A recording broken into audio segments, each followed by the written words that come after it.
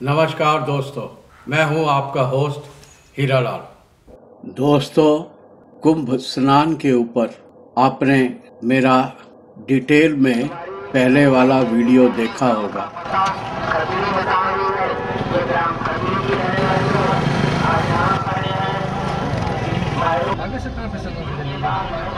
घुमा के फिर आना पड़ेगा। चलो चलो जहाँ तक जाते हैं वहाँ तक। जैसा कि मैंने बताया था, पारंपरिक रूप से कुंभ मेला 8वीं शताब्दी के हिंदू दार्शनिक और संत आदि शंकराचार्य को कुंभ मेले का श्रेय दिया जाता है। साथ ही साथ उन्होंने विभिन्न संत के अखाड़ों का भी निर्माण किया, जिनका कुंभ मेले में बहुत महत्व है। इस वीडियो में, जो कि कुंभ मेले के ऊपर है, हम लोग कुंभ स्नान करके उसके दूसरे दिन कुंभ मेले को देखने गए, जहां विभिन्न अखाड़ों को देखा और भी मेले में विभिन्न तरह की चीज़ें, जैसे तरह तरह की दुकानें, तरह तरह के शोज, साधु संत,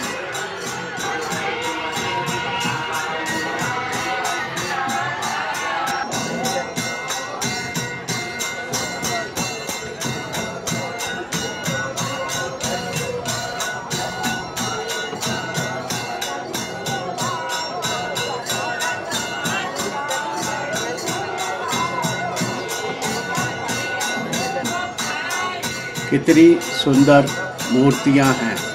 शक्ति माँ, भगवान श्री कृष्ण, राधे माँ आदि की लोग आकर दर्शन करते हैं और अपनी आस्था जाहिर करते हैं।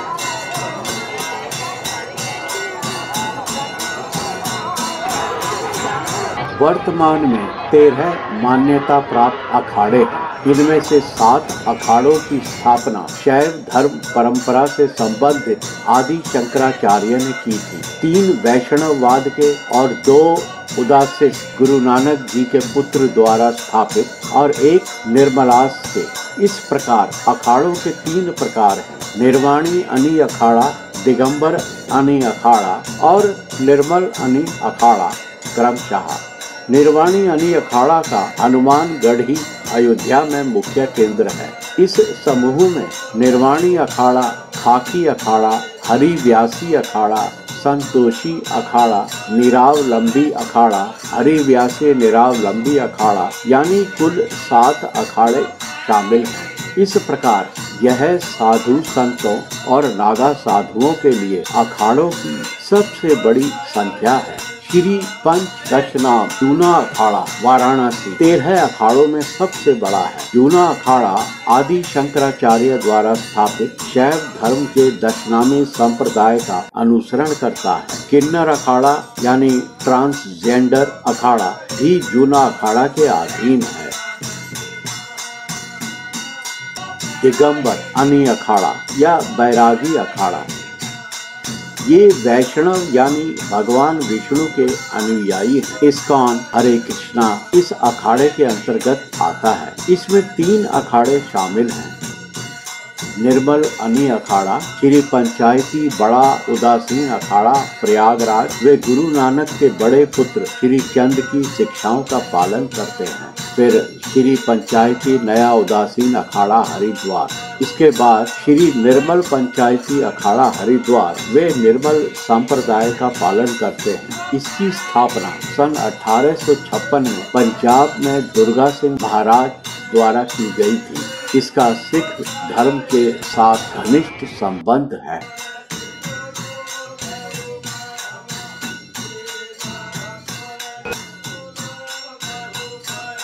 लोगों की भीड़ के साथ अन्य मोटर वाहन, मोटरसाइकिलें, साइकिलें, स्कूटर आदि भी लोग चलाते हुए नजर आते हैं।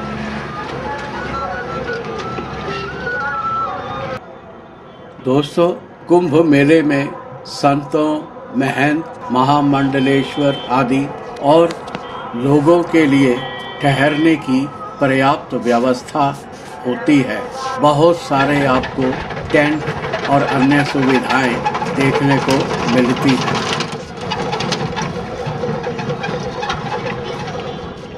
बजट का एक बड़ा हिस्सा राज्य सरकार द्वारा कुंभ मेले के लिए आवंटित किया जाता है। यह राशि कुंभ मेले के पहले के मौकों की तरह होने वाली संभावित भगदड़ से बचने के लिए सुरक्षित पेयजल सुविधाएं और विद्युतीकरण की सुविधाओं के लिए, बड़ी भीड़ से निपटने के लिए गंगा पर पुल, शहर में सड़क निर्माण सहित विभिन्न सरकारी विभागों की विभिन्न परियोजनाओं पर खर्च की जाती है।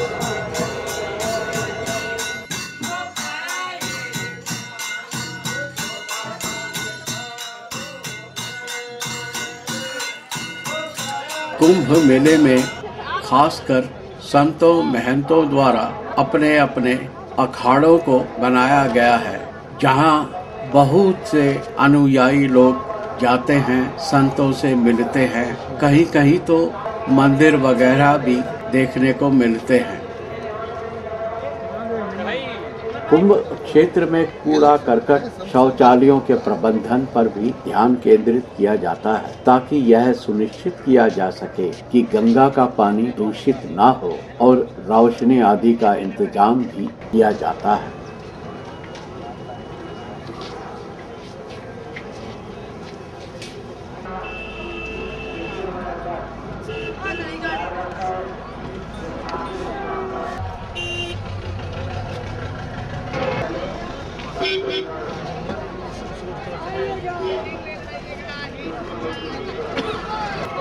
लोगों की भारी भीड़ ठीक एक तेज बहती नदी की तरह लोगों का हुजूम आ रहे हैं और जा रहे हैं, ये सब देखने को मिला। उसके बाद शाम के वक्त जो मेले की रोशनी, सजावट और गंगा में संगम की सैर करने का मज़ा भी उठाया। तो चलिए चलते हैं।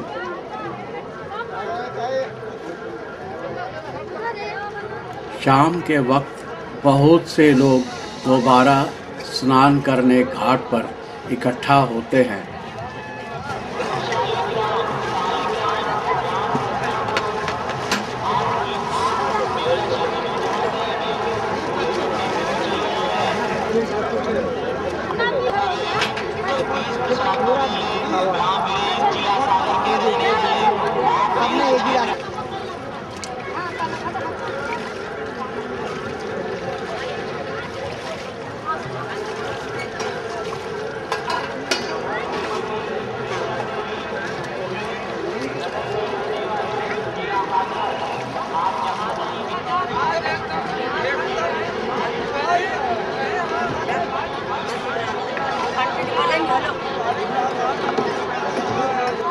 स्नान करने के बाद संगम के नाव द्वारा दर्शन करते हैं।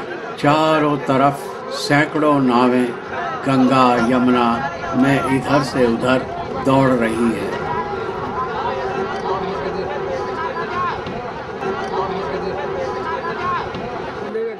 नाव में बैठे बैठे संगम पर पक्षियों की कई खूबसूरत प्रजातियों को देखा जा सकता है, जिसमें large cormorant, large egret, pond heron आदि शामिल हैं, और कुछ कैटल एग्रेट, लिटिल एग्रेट और अन्य। ब्लैक हेडेड गॉल को अच्छी संख्या में देखा जा सकता है। दोस्तों, ये साइबेरियन पक्षी पूरे सर्दियों के मौसम में संगम पर एक मंत्रमुग्ध कर देने वाला दृश्य प्रस्तुत करते हैं, मानो लाखों तीर्थयात्रियों के साथ पवित्र डुबकी लगाने के लिए इंतजार कर रहे हो, जो विशेष रूप से जनवरी के महीने में माघ मेला के लिए यहाँ पहुँचते हैं।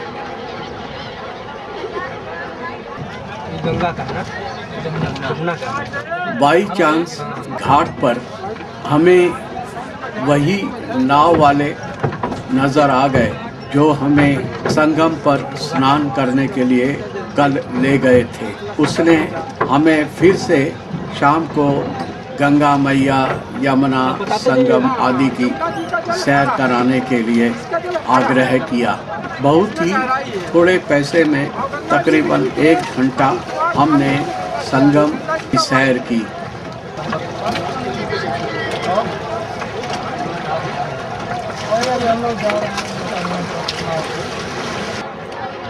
मैंने भी पानी में गोता लगाते इन पक्षियों की फोटोज ली हैं। वाकई बहुत ही मनमोहक लगता है यह दृश्य।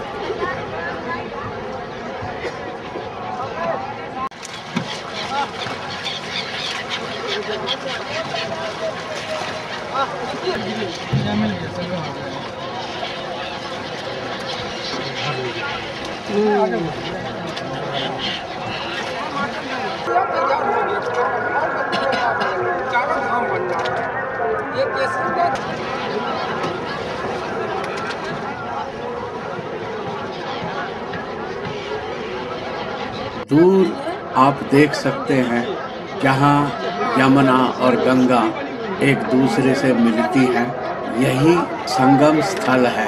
अदृश्य सरस्वती नदी जैसा कि लोग कहते हैं वो पाताल से निकलती है और तीनों नदियों का संगम यहाँ होता है।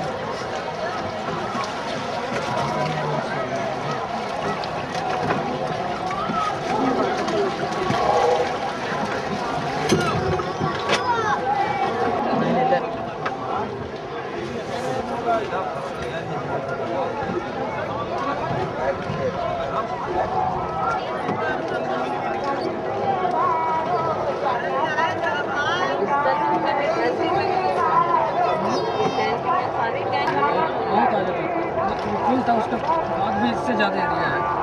इस तरफ को निकलते तो कम पड़ता हम लोग, चलना भी नहीं पड़ता है। संगम नहीं मिलता इधर, इस साइड में जाने में संगम नहीं मिलता। नहीं नहीं संगम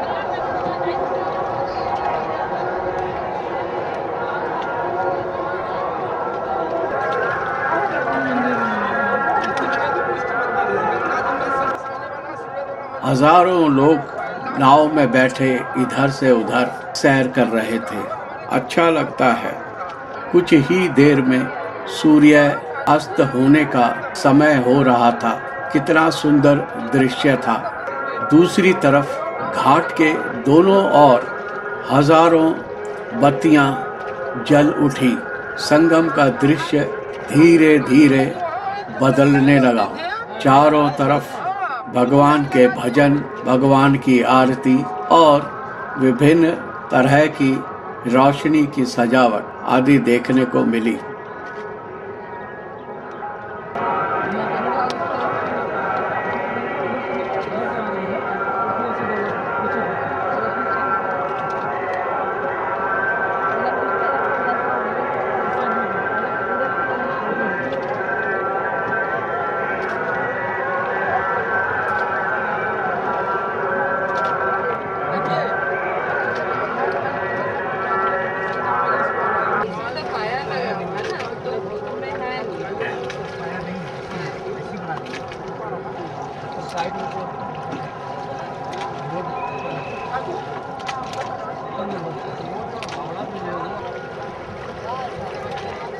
दोस्तों, मुगल बादशाह अकबर के बारे में कहा जाता है कि वे इलाहाबाद या प्रयागराज की आभा से बहुत प्रभावित थे। परिणाम स्वरूप उन्होंने क्षेत्र में एक भव्य किले का निर्माण करने का निर्णय किया। अतः सन 1583 में निर्मित वास्तुकला का यह आश्चर्यजनक किला इलाहाबाद के त्रिवेणी संगम पर है, जो शहर के समृद्ध इतिहास को पर्यटकों को याद दिलाता है। बाहरी भाग किले के कुछ हिस्सों में महत्वपूर्ण रूपांकनों और शिलालेखों के साथ मुगल वास्तुकला की प्रतिभा को दर्शाते हैं।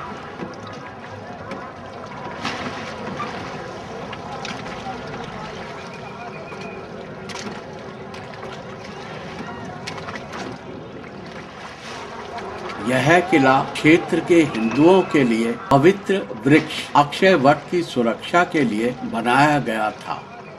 एक पर्यटक के रूप में इलाहाबाद में रहते हुए किले की भव्यता का आनंद लेना आप कभी ना भूलें। शाम हो गई थी, अंधेरा हो चुका था। जैसा कि मैंने बताया, चारों तरफ रोशनी ही रोशनी। आइए देखते हैं इन सब का नजारा।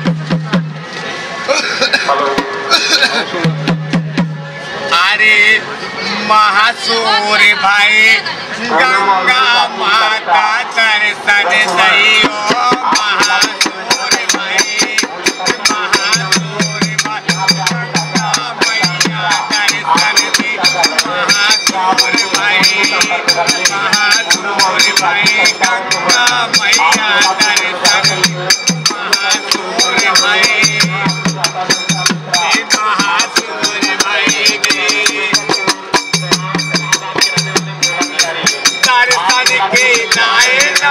हम तो अब आए दर्शन के लाने अब हम तो अब आए दूर दूर में अब आए भगत गाते हम आज महासूर भाई आओ महासूर भाई गंगा मैया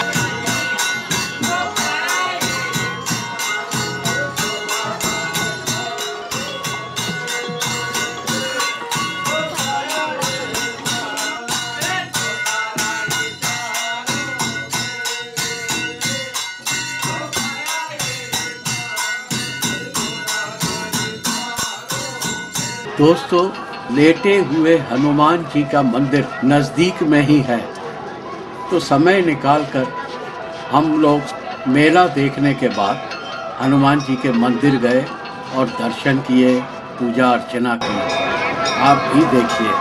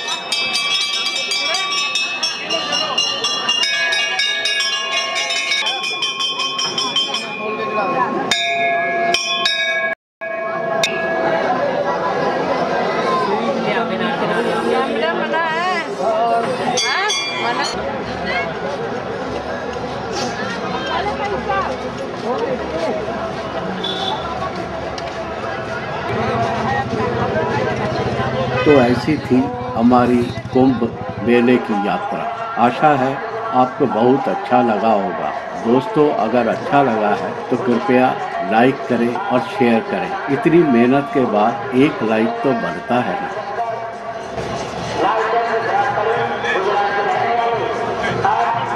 आनंद भवन चाचा नेहरू जी का जन्म हुआ था, पालन पोषण हुआ था, वह भी देखा।